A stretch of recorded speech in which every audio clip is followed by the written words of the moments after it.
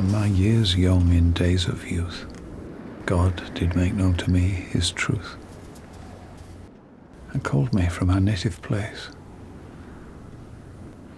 for to enjoy the means of grace. In wilderness he did me guide, and in strange lands for me provide. In fears and wants, through weal and woe,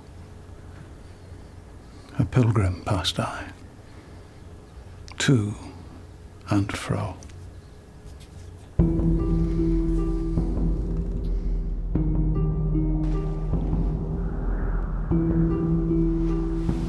I think William Bradford knew they were on a journey in this world towards heaven.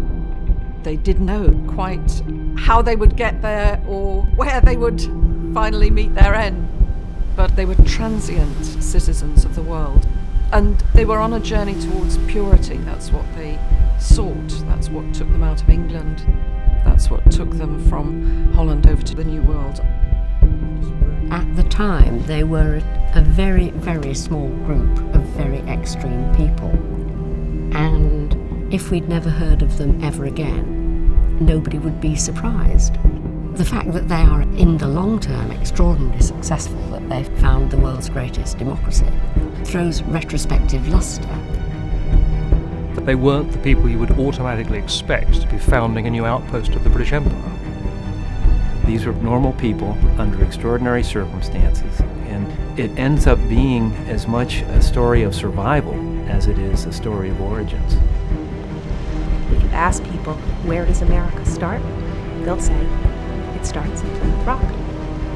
Despite the fact that Jamestown was founded in 1607 and Plymouth was founded in 1620, it became our story of national origins. The fascinating thing then about the Pilgrim story is how this tiny group of people managed to get by and managed to tell the story in such a way as to erase that whole other history.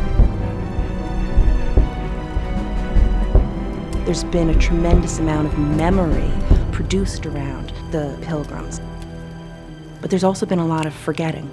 That memory is very selective. And part of what we've forgotten is how close suffering and violence were to one another. So to look at what's been remembered and let that shed light on what's been forgotten is an important exercise when we're thinking about something that has been so central to our national imagination.